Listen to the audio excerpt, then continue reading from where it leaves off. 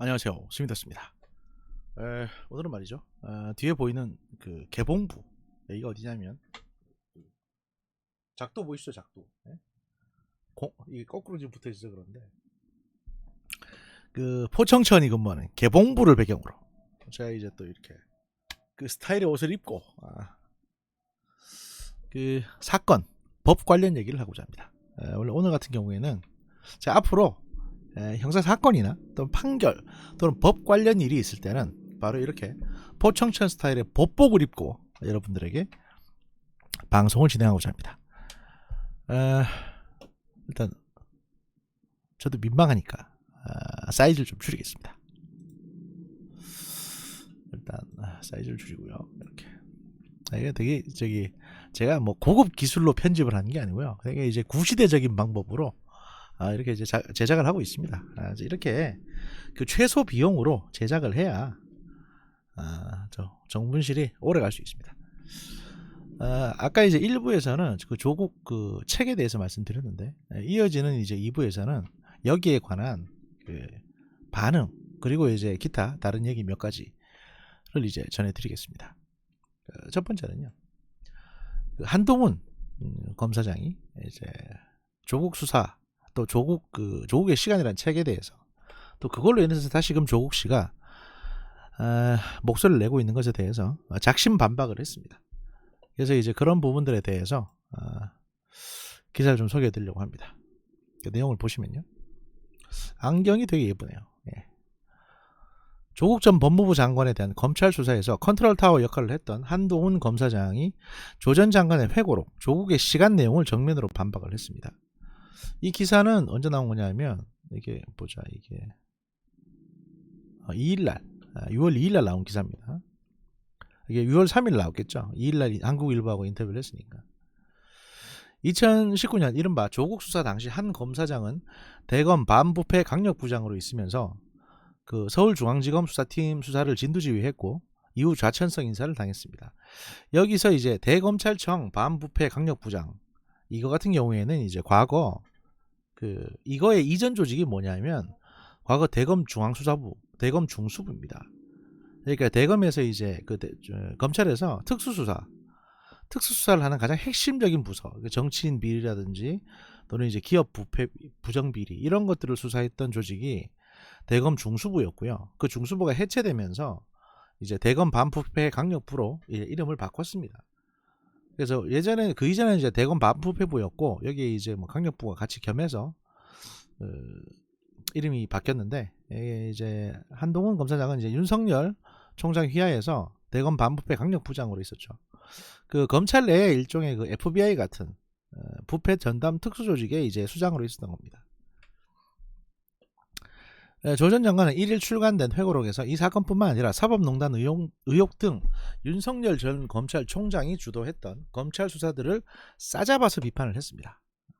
뭐 개소리죠, 그냥 개소리인데 하여튼 뭐 자기 딴에도 개도 이제 짖을 이유가 있으니까요. 배가 고프든 무섭든 어쨌든 개도 이유가 있어서 짖는 겁니다.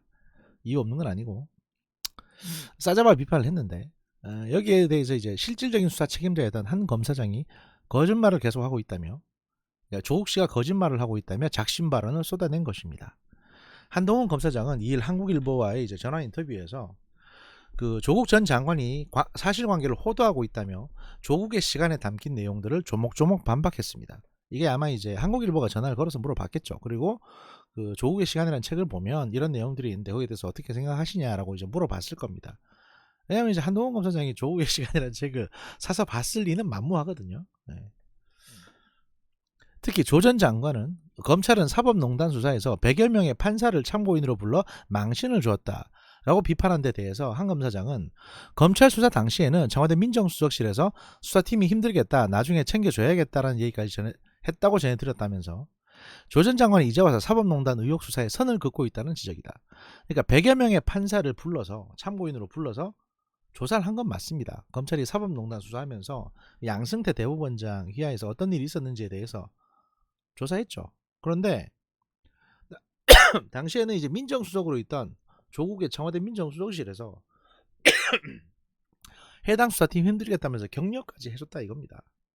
그래 놓고서 이제 와서 판사들한테 망신 줬다 라고 이제 자기 책에 적어서 마치 판사들에게 좀 잘 보이게끔 자기가 이제 판사들한테 자기는 말렸는데 윤석열이나 한동훈이 저랬다는 식으로 이제 묘사를 했다는 거죠, 책에. 왜 그렇겠습니까? 그러니까 저 책이 쓰여진 목적 자체가 이제 자기 재판 앞두고 그 정경심의 항소심 앞두고 법원에 변호사 비용 벌려는 것도 있지만 그 법원의 판사들한테 어떻게든 잘 보이고 싶어서 아주 잔머리를 굴리는 겁니다. 빤히 보이잖아요, 저게. 마치 회고록인 것을 가장해서 자기한테 유리한 내용으로만 온통 도배를 한 거죠. 허위 사실을 말입니다. 한 검사장은 조국 수사에 대해서도 조 전 장관이 초반에 무리한 거짓말로 음모론을 키운 탓에 수사가 확대될 수밖에 없었던 것이라며 그의 거짓말들이 다 드러났는데도 책에 그런 내용은 하나도 언급하지 않았다고 꼬집었습니다.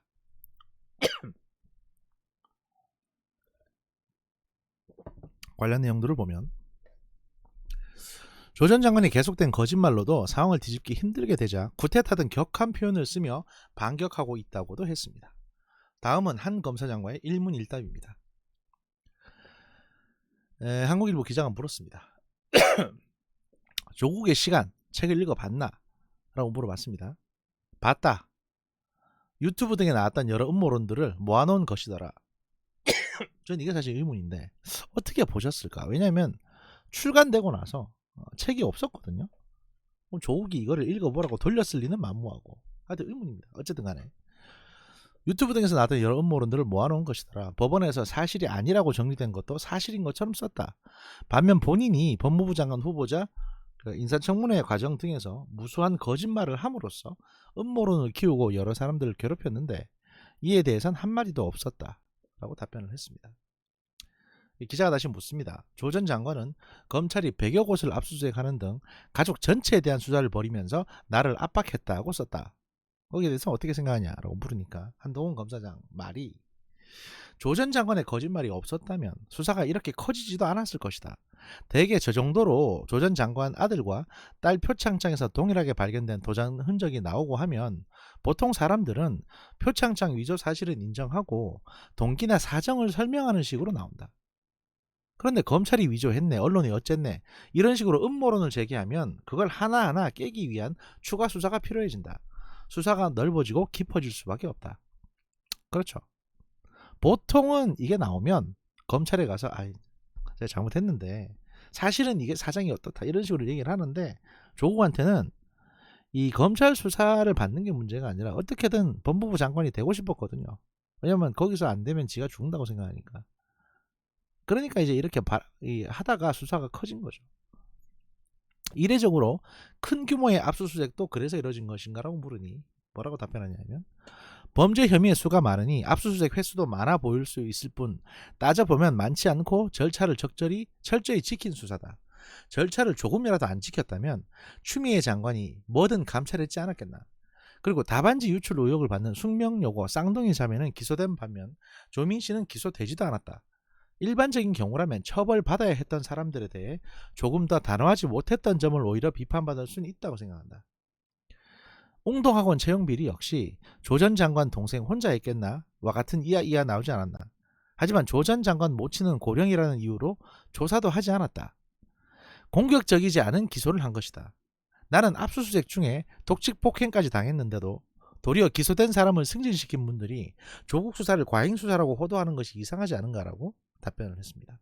상당히 저기 격앙돼 있죠. 그러니까 차분차분하게 얘기하지만 상당히 사실관계를 또박또박 웃기잖아요. 이런 식으로 이제 얘기를 하고 있는 거죠.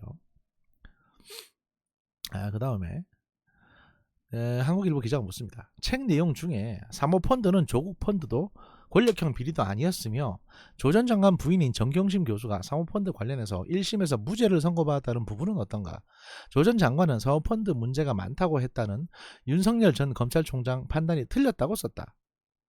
여기에 대해서 한동훈 수사 책임자에 대한 한동훈 씨가 뭐라고 답변하냐면요. 사모펀드가 문제가 없나? 사모펀드와 관련해서 핵심인 미공개 정보 이용 혐의가 인정돼서 정경심 교수가 징역 4년을 선고받은 것이 아닌가. 본인은 몰랐다더니 조 전 장관 돈도 들어가지 않았나? 정경심 교수도 투자처를 몰랐다고 블라인드 펀드라고 거짓말하지 않았나? 뇌물죄로 기소하진 않았지만 당시 이 사람들이 받은 특혜성 투자 기회의 성격도 논란 소지가 있다. 그리고 1심에서 횡령 혐의 무죄가 나온 걸 얘기하던데 그건 법리상 횡령죄가 안 된다는 것이지 허위 컨설팅을 통해 돈 받은 건 인정됐다. 팩트가 틀린 것은 없다. 자, 내용을 보시면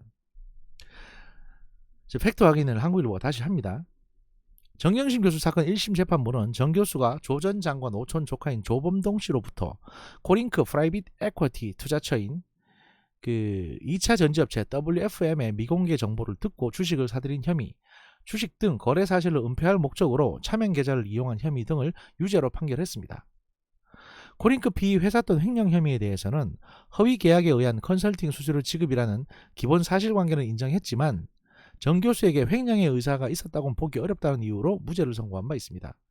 그래서 이 내용이 뭐냐면 결국에는 조국 씨는 이것만 가지고 무죄 받았다고 얘기하고 있는 건데 재판에서는 법원에서는 허위 계약에 의한 컨설팅 수수료 지급이라는 사실관계를 인정했어요.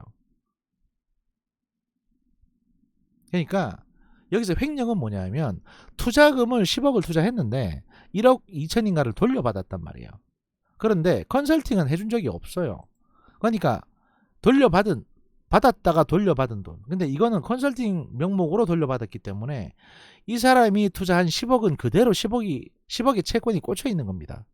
그 중에서 정 교수가 조범동이 못 믿겠다고 야, 너 한 달에 얼마씩 내놔 이래가지고 돌려받은 거거든요. 조금씩.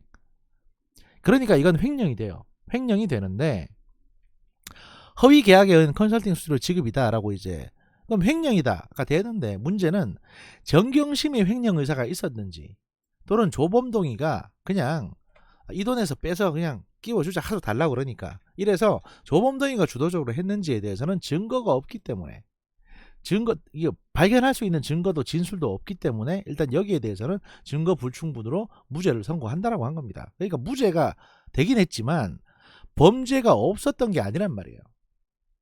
그 다음에 이거를 무죄 선고한다고 해서 앞쪽에 있는 유죄, 거기에 대한 형량이 뭐 더해지거나 덜해지는 건 아니기 때문에 1심 법원에서는 여기에 대해서는 일단 그냥 넘어간 겁니다. 이걸 가지고 조국은 마치 사모펀드 관련해서 무죄 선고받았다는 식으로 얘기하지만 사모펀드 관련해서 징역 4년 선고받으신 거고 지금 감옥에 계신 겁니다. 부인께서는. 그러니까 조국 씨가 얼마나 그 책에 거짓말을 많이 써놨는지를 확실하게 볼 수 있죠. 이건 판결문 조금만 읽어보시면 바로 아실 수 있는 내용입니다. 정경심 교수는 사실 감옥에 간 이유가 이 사모펀드 문제 때문이에요. 표창장은 사실 벌금형 정도로 나올 건덕지거리거든요. 그래서 다시 추가로 묻습니다. 조국 씨는 윤 전 총장이 최측근인 한동훈 대검 반부패 강력부장이나 김유철 대검 수사정보정책관의 분석 보고를 그대로 믿었던 것 아니겠냐고 의심을 했다. 라고 이제 쓴 겁니다. 그러니까 윤석열 총장이 아랫사람들에게 속아서 이 보고 안 믿고 자기에 대한 무리한 수사를 한 거 아니냐는 식으로 이제 얘기를 한 거예요. 한동훈 씨가 뭐라고 답변하냐. 택도 없는 철진한 말이다. 재판 과정에서도 비슷한 문제 제기가 나왔고 판사가 그런 증거는 없다고 판단했다.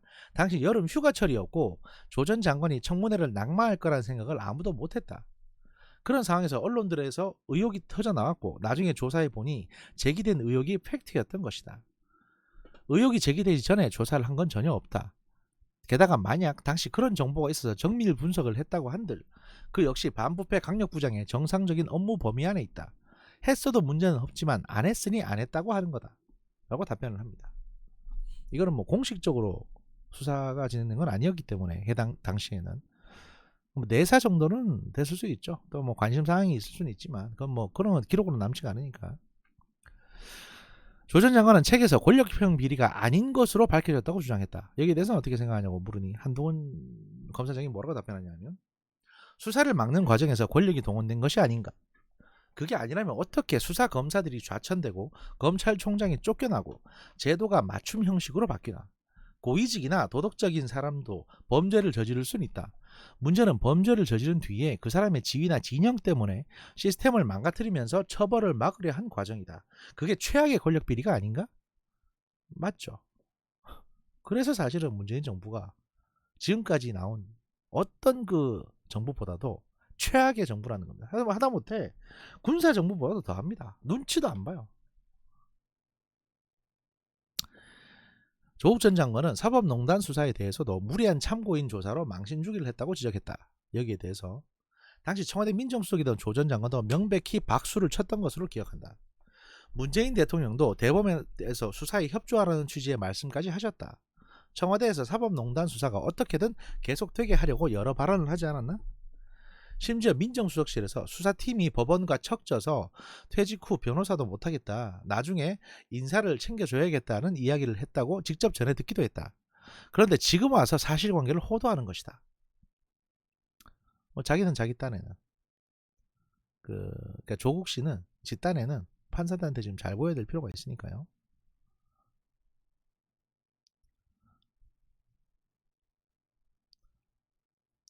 한동훈 검사장은 중앙지검 3차장 검사 시절 사법농단 수사를 이끌었습니다. 조 전 장관은 한 검사장의 기억과 달리 책에서 사법농단 수사와 관련해서 일부 언론에서 문재인 정부가 윤석열 총장에게 시켰다는 식의 주장을 했다. 문재인 정부 청와대는 이 수사에 대해 어떠한 관여도 하지 않았음을 분명히 밝힌다고 썼다. 양승태의 사법농단 수사에 대해서 문재인 정부가 안 했다 이겁니다. 뭔 소리예요 이게 도대체. 아니 이탄이나 이수진 판사 같은 사람들은 그 생지랄을 하면서 양승태가 잘못했네 어쩌네 이러면서 나와서 공천까지 받았는데 그리고 사법농단 수사가 제 기억으로도 2017년 문재인 정부 들어오면서 얼마나 양승태 추적하고 때려잡고 뛰어다니고 PD수첩에서 쫓아다니고 그거 다 정부 지원받아서 하셨잖아요. 하늘이 알고 땅이 아는데 안 했다니 자기들이 해놓고서는. 이렇게 말하는 이유는 조국이 어떻게든 어벙한 판사들한테 이쁨 받아 보려고 지금 지 재판 앞두고 있으니까 이거밖에는 이해가 안 돼요 사실. 또 기자가 묻습니다. 윤 전 총장이 검찰총장 취임 후에 한동훈 서울중앙지검 3차장을 서울중앙지검장에 임명해달라고 요청해서 어이가 없었다는 내용도 책에 있었다. 거기에 대해서 한동훈 검사장이 얘기합니다. 난 지금까지 어떤 자리로 보내달라는 이야기를 한 적이 없다. 마치 내가 원했던 것처럼 자기들이 인사로 떡을 주는 것처럼 얘기하는 듯한데 나를 3차장으로 발탁한 것도 자신들이고 내 수사에 환호한 것도 자신들 아닌가? 난 지금까지 실력이 부족해서 잘못 판단한 적은 있을지 몰라도 진영 논리에 따르거나 스스로나 조직의 유불리를 따져서 수사한 적은 없다. 누구 부탁을 받거나 잘 보이려고 수사한 적도 없다. 현 정부 초반에 자신들의 방향과 맞는 수사를 해서 좋았겠지만 그런 것을 보고 뽑았다면 사람을 잘못 뽑은 것이지 않나? 그렇다면 자신들의 안목을 탓해야 하는 거 아닌가라고 답변을 합니다. 그리고 사실 한동훈 검사장의 나이가 지금 40대 중반입니다. 근데 당시에 서울중앙지검 3차장이 있었습니다. 그리고 윤 총장이 검찰총장 취임하면서 그래도 한동훈 검사장이 자기가 잘 통하고 수사 실무에 밝으니까 중앙지검장에 임명을 해서 앞으로 발생하는 부패 수사를 다 일임하는 게 좋겠다라고 판단을 한 것도 어느 정도 이해는 갑니다. 왜냐하면 중앙지검 3차장은 바로 중앙지검장이 될 수 있어요. 게다가 벌써 이 시점에서 검사장이었고 근데 너무 어리다 기수 파괴다 이런 얘기를 하는데 어차피 윤석열 총장을 중앙지검장에 앉힌 것도 그 다음에 윤석열 총장을 바로 검찰총장으로 올린 것도 기수 파괴고 능력주의입니다. 그리고 그런 식으로 따지면 사실 문재인 정부에서 능력 위주로 기수나 관행을 파괴한 사례가 되게 많지 않습니까?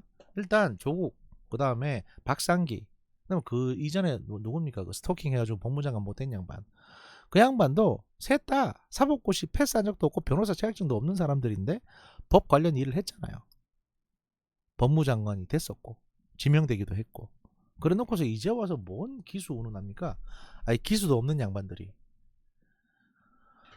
조 전 장관은 윤석열 검찰이 수사한 다른 사건들도 거론하면서 애초부터 일종의 구테타를 일으키려는 정치적 목적이 있었다고 주장했는데 라고 얘기를 합니다. 거기에 대해서 한동훈 검사장이 답변을 하기로 초현실적인 망상이다. 제 표현으로 얘기하자면 또라이지 이런 표현이죠. 조국 일가 재판 과정에서 조 전 장관의 거짓 선동이 점점 뒤집기 어려워지고 있지 않나? 이제 선동으로 안 되고 정치권에서도 본인과 선을 그으려 하는 듯하니 검찰이 구테타를 했다는 등 이야기를 하는 것으로 생각한다. 역심과 같은 표현을 쓰는데 누구를 향해서 그랬다는 말인가? 그럼 문재인 대통령이나 현 정권 인사들이 왕이라도 되는 것인가? 추미애 전 법무부 장관 같은 사람 한 명이 공깃돌 갖고 놀듯 정권을 겨냥해서 수사한 검사들을 가지고 놀지 않았나? 그런데 누가 무슨 쿠데타를 한다는 말인가?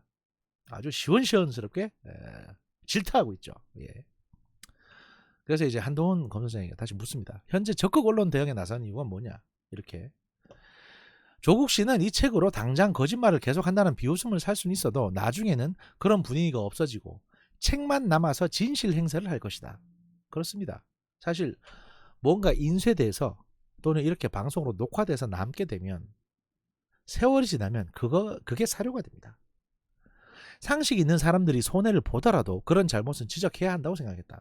저는 사실 이 부분에서 그 한동훈 검사에게 박수를 보내고요. 저희 스미더스의 정보분석실도 제가 좀 손해를 보는 한이 있더라도 지적할 잘못은 지적하고 할 말은 하기 위해서 이 방송을 한다라는 부분을 분명하게 말씀드립니다. 요거 넘어가고요. 요거는 제가 뒀다가 나중에 표지로 쓰겠습니다. 다음 뉴스. 이제 와서 탈원전과 거리를 두는 여당. 탈원전 대신 탄소 중립. 6월 2일 날 나온 뉴스입니다. 제가 정보분석실에서 사실 뭐 오랫동안 말씀드렸습니다. 이 정부가 사실 2018년부터 그 탈원전에 대해서 후회하고 있다고. 탈원전 괜히 했네. 이런 생각했다는 거죠. 근데 거기에 대한 일부 정황이 지금 드러나고 있는 것입니다. 내용을 보시면 그 문재인 대통령이 지난달 31일 저녁 P4G 서울 녹색미래 정상회의 정상토론 세션에서 한 말이다. 문 대통령은 강제와 규율 또는 선의에만 의존해서는 국민과 기업의 계속된 참여를 담보할 수 없다며 탄소 중립을 신산업 육성과 일자리 창출의 기회로 만들어야 한다고 강조했다.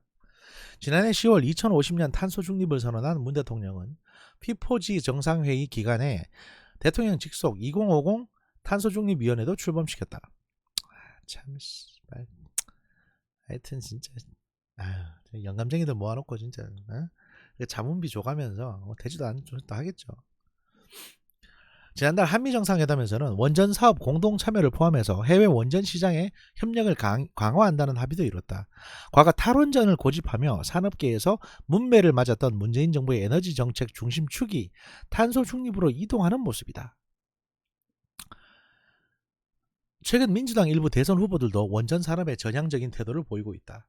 정세균 전 국무총리는 지난달 25일 페이스북에 한미 정상의 소형 모듈러 원자로 SMR 협력 강화를 언급하며 기술 향상 외길만을 걸어온 원전 산업계에 뜨거운 박수를 보낸다고 전했다. 혁신적 SMR 국회 포럼 회원인 이광재 민주당 의원은 지난달 24일 경남 창원시 두산중공업을 방문해서 혁신형 SMR 기술 개발 설명회에 직접 참석했다. 여권 변화의 중심에 서 있는 사람은 송영길 민주당 대표다. 송 대표는 지난달 14일, 그러니까 5월 14일 문 대통령과 청와대 회동에서 세계 원전 시장을 지배하는 중국과 러시아를 견제할 필요가 있다. SMR 분야와 원전 폐기 시장에서 한미가 전략적으로 협력할 필요가 있다고 제언했다. 한미 정상회담 직후에는 이를 계기로 미국 웨스팅하우스와 한수원 간의 지적재산권 로열티 논란이 정리되기를 기대한다며 원자력계 현안도 언급했다. 이게 뭐냐면 그 한수원에서 만든 이제 그 한국형 원전에 들어가 있는 기술 중에 일부가 사실은 그 전에 이제 우리가 했던 신고리 뭐 또 월성 그다음에 한울 이런 원전들이 대부분 미국 웨스팅하우스에서 설계한 기술 모델이 설계도를 바탕으로 만들어진 것들이거든요.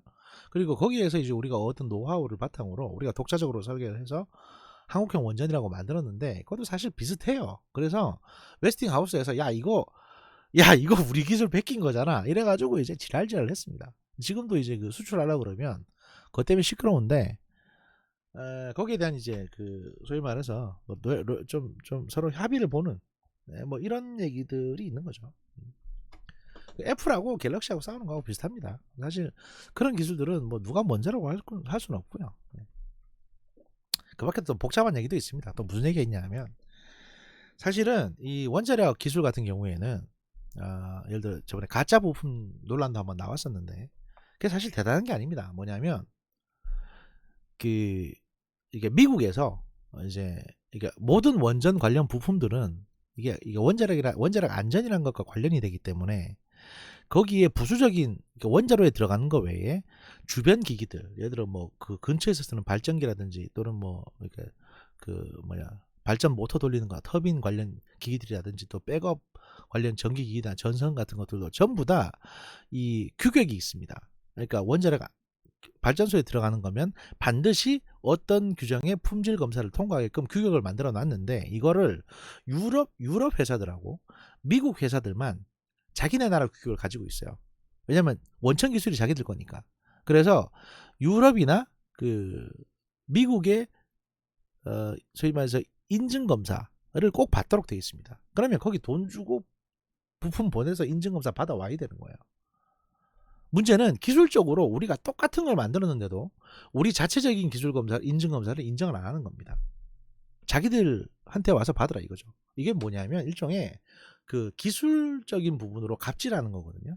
왜냐하면 한국이 자체적으로 인증 검사를 통과할 수 있게 해놓으면 그냥 한국이 이거 생산해서 마음대로 팔아먹을 거니까 그거 못하게 하려고 이제 반드시 인증은 자기네한테 받게 해놓은 거예요.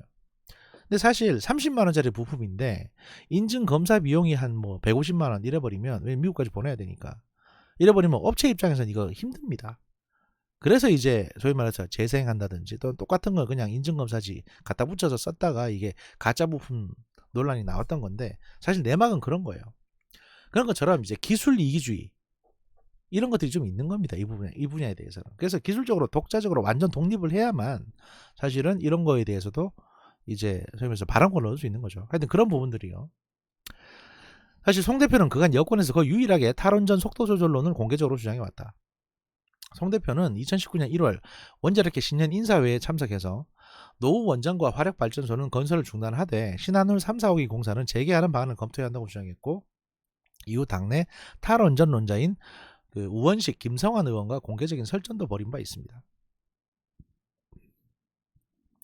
21대 국회 개원 직후인 지난해 8월에는 울산 울주군 신고리 5,6호기 건설 현장을 동료 의원들과 함께 방문해서 원전 전문 인력과 산업 생태계는 유지 발전시켜야 한다는 주장을 펼치기도 했다. 이렇게 한번 얘기하고 나면 산업부나 한수원 수뇌부가 이제 좀 신경을 쓸 수밖에 없거든요. 이게 원래 그런 겁니다. 세상이라는 게. 이게 뭐 대단한 힘이 없는 것 같아도 한번 그렇게 와서 한번 얘기해주면 그 산업부 공무원들이 이거 신경 쓸 수밖에 없어요. 이렇게 되면 야 너무 저기 탈원전 속도 너무 내면 나중에 또 안 좋은 소리 듣지 않을까 해서 주춤하게 됩니다. 그리고 탈원전 관련해서 뭐 빨리 하라고 하면 그냥 깔아뭉개게 되고요. 시간을 질질 끌게 되는 거죠.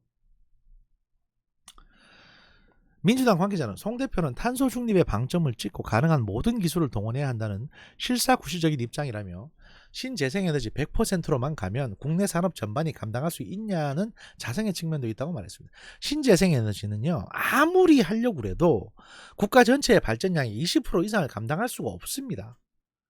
20% 이상 감당이 안 돼요. 그러니까 이 100%이 얘기를 하는 사람은 그냥 미친 사람이라고 보시면 됩니다. 아니면 자기도 뻔히 알면서 거짓말하거나 자기의 어떤 그 이해관계 때문에. 다만 이런 여권의 기류 변화가 당론으로 확정될 수 있을 것인지에 대해서는 의견이 엇갈린다. 당 내에서도 탈원전 정책의 후퇴를 우려하는 목소리가 적지 않아서다. 자, 하나 딱 보이죠?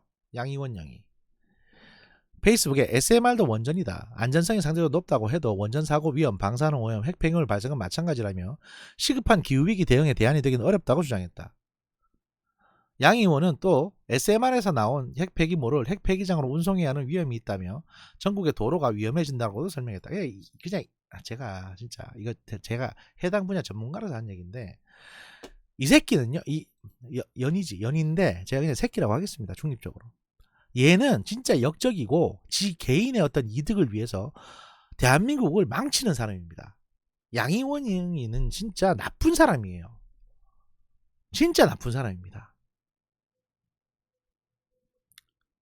전문성도 없고 그냥 얘는 원전이 미운 겁니다. 원자력계가 밉고 그냥 쓰레기예요, 쓰레기.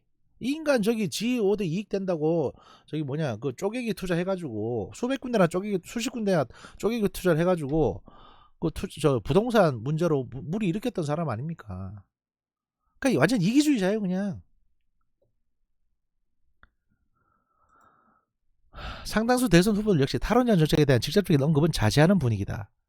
그러니까 말은 안 하다 뿐이지 탈원전 정책은요 사실 그냥 없어진 거나 다름없습니다. 현 정부 내에서도. 그리고 심지어 어느 얘기까지 무슨 얘기까지 나오냐면 아니 청와대에서는 사실 탄소 중립 정책으로 가려고 했는데 일부 밑에 그 시민단체 출신의 과격한 사람들이 이거를 전면적이고 급진적인 탈원전으로 밀어붙였다. 사실 청와대도 피해자다.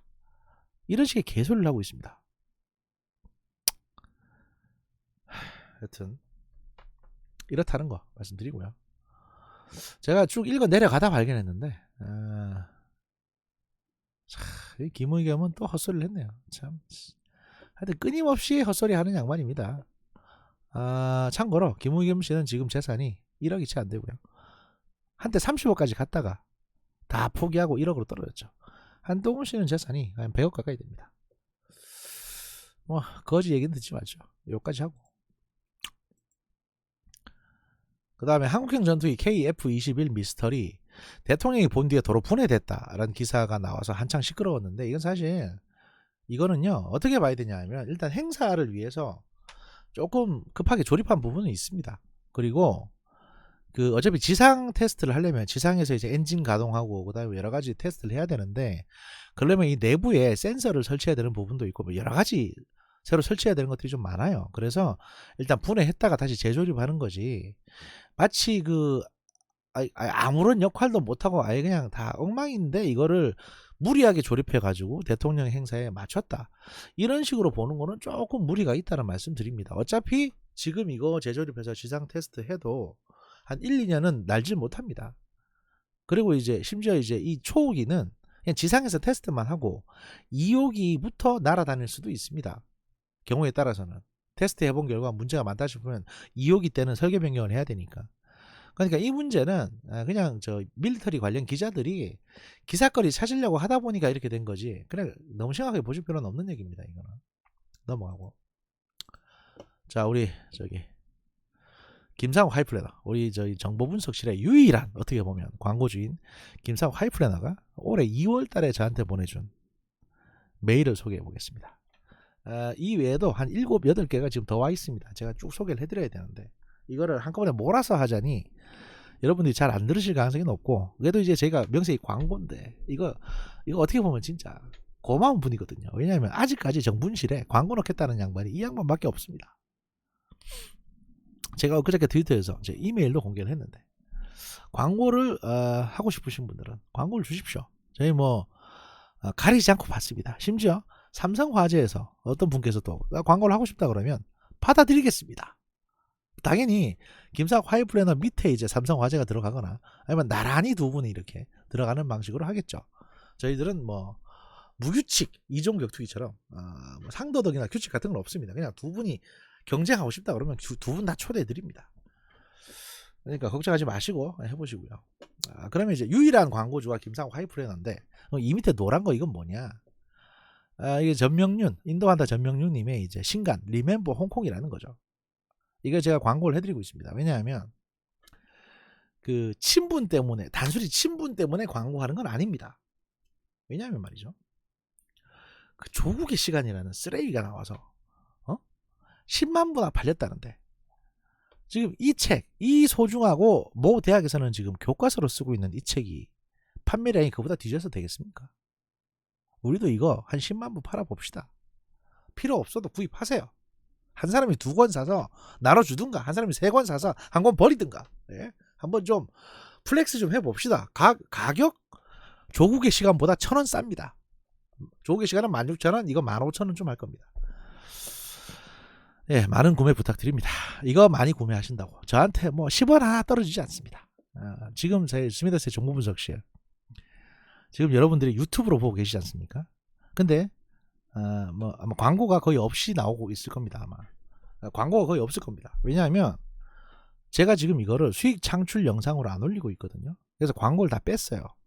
그럼에도 불구하고 광고가 붙는다면 그건 유튜브에서 어쩔 수 없이 붙이는 거기 때문에 그건 뭐 보셔야 되는 거고요. 그러니까 그 유튜브의 그 뭡니까 그 유료 계정 유튜브의 그 플래티넘이 아니고 뭐냐 하여튼 유튜브의 유료로 이제 15,000원 내고 한 달에 15,000원씩 내고 유료로 이용하시는 분들이 아니시면 그 기본적으로 보셔야 되는 광고 그거는 붙을 겁니다. 그런데 제가 붙이는 광고는 없습니다.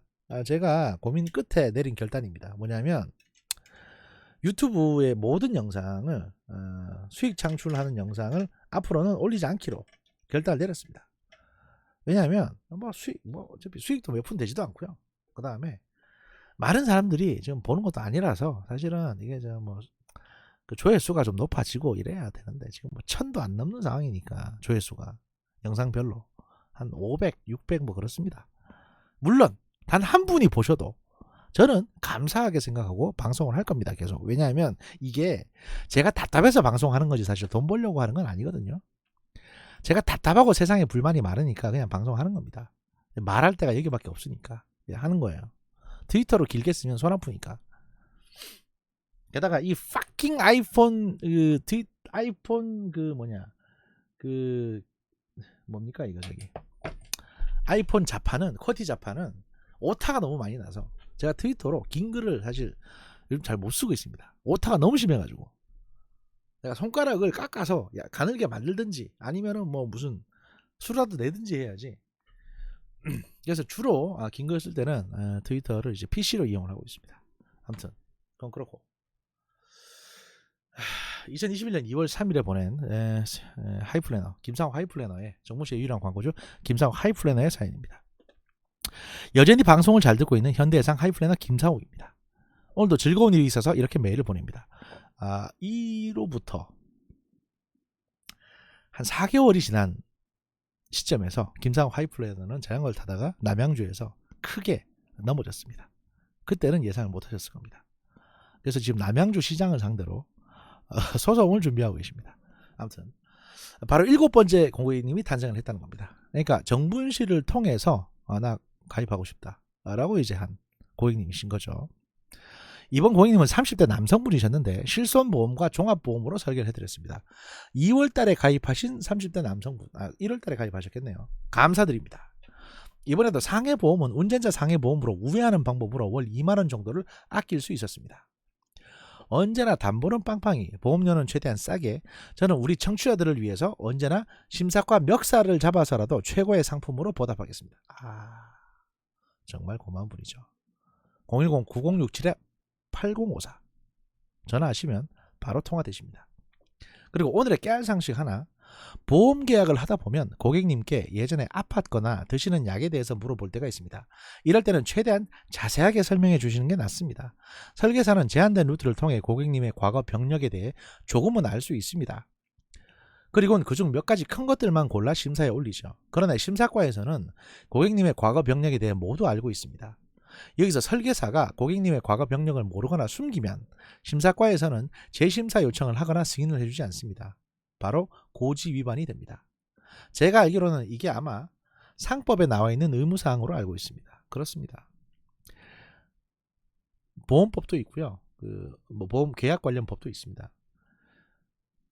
재심사는 그나마 낫습니다. 승인을 받지 못하는 것도 그나마 낫습니다. 최악은 보험료는 힘들게 내고 승인이 나가지고 정작 보상을 받아야 할 때 아주 양아치 같은 삼성화재 같은 데서는 야 니네 이거 감췄잖아 이래가지고 보상 못해 라고 나옵니다. 이런 결과가 나올 수도 있습니다.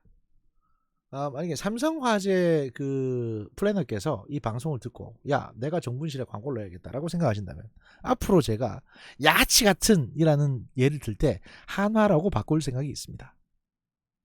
또는 뭐 프루덴셜이라든지 뭐 이런 걸로 바꾸겠습니다. 하여튼 야치가 되기 싫으시면 정분실로 광고를 해주시라. 저희 업계 최저 비용으로 모시고 있습니다. 왜냐하면 사실 이런 말씀 드리기 못하지만 광고 효과도 거의 최저 수준이 아닐까라는 생각이 들어서 제가 솔직하게 말씀드리는 겁니다. 지금도 제 60대 고객님께서는 1년 전에 안구건조증으로 고생을 좀 하셨는데 모든 병력을 상세히 알린 결과 안구와 그 부속물만 딱 1년 부담보로 잡고 다른 중요한 큰 병들은 모두 최고의 보장으로 승인을 받을 수 있었습니다. 부담보는 1년 동안 보험금 청구만 안 하면 됩니다. 실손보험으로만 보장받으면 되는 거죠. 그러니까 안구건조증이 있을 경우에 가입을 한 다음에 1년 동안만 눈에 대해서 뭐 이렇게 다쳐도 보험 청구 안 하면 되는 거예요. 1년 뒤에는 보장이 되는 거고요. 정보는 늘 도움이 됩니다. 이것으로 오늘 소식을 마치겠습니다. 늘 건강하십시오라고 김상호 하이플래너가 편지 주셨습니다. 좀 밀려있는 관계로 또 하나 더 소개를 하겠습니다. 받은 편지함에 중요 편지함을 열게 되면 쭉 있죠. 이 중에 2월 3일 거 하나 있고 그 다음에 또 하나 보겠습니다. 2월 17일 김상 하이플래너가 편지를 보냈습니다. 갑작스런 찬바람에도 봄이 곧 오겠죠 라고. 이제 여름이 오고 있습니다. 올봄에는 아무쪼록 우리 아이들이 학교에 갈 수 있기를 바라봅니다. 역설적으로 저는 우리 청취자 고객님들이 싫습니다. 왜일까요? 이번에 8번째 고객님이 탄생하셨죠. 이미 가입하려고 마음먹고 전화하신 별을 사랑하는 고객님께서 그것도 무려 자동차 보험을요. 자동차 보험은 다이렉트가 쌉니다라고 저는 분명히 말씀드렸는데도 웃으시면서 막무가내로 막 가입하시겠다고 결제도 막 알아서 하시고 이게 다 정분실을 돕는 길이다라고 생각하시며 마치 청취자의 의미인 것처럼 말이죠. 네, 너무 고맙습니다. 지금 실은 제가 보기에 너무 겨워서 고마워서 올리는 사연입니다. 별을 사랑하시는 고객님, 이렇게 막 알아서 결제하시고 하셨던 고객님, 그 누구신지 모르겠는데 저한테 DM으로, 트위터 DM으로 저한테 사실은 내가 그 양반이다 라고 DM을 주시면요, 제가 DM으로 주소를 보내주시면 제가 뭐라도 보내드리겠습니다. 너무 감사합니다. 예.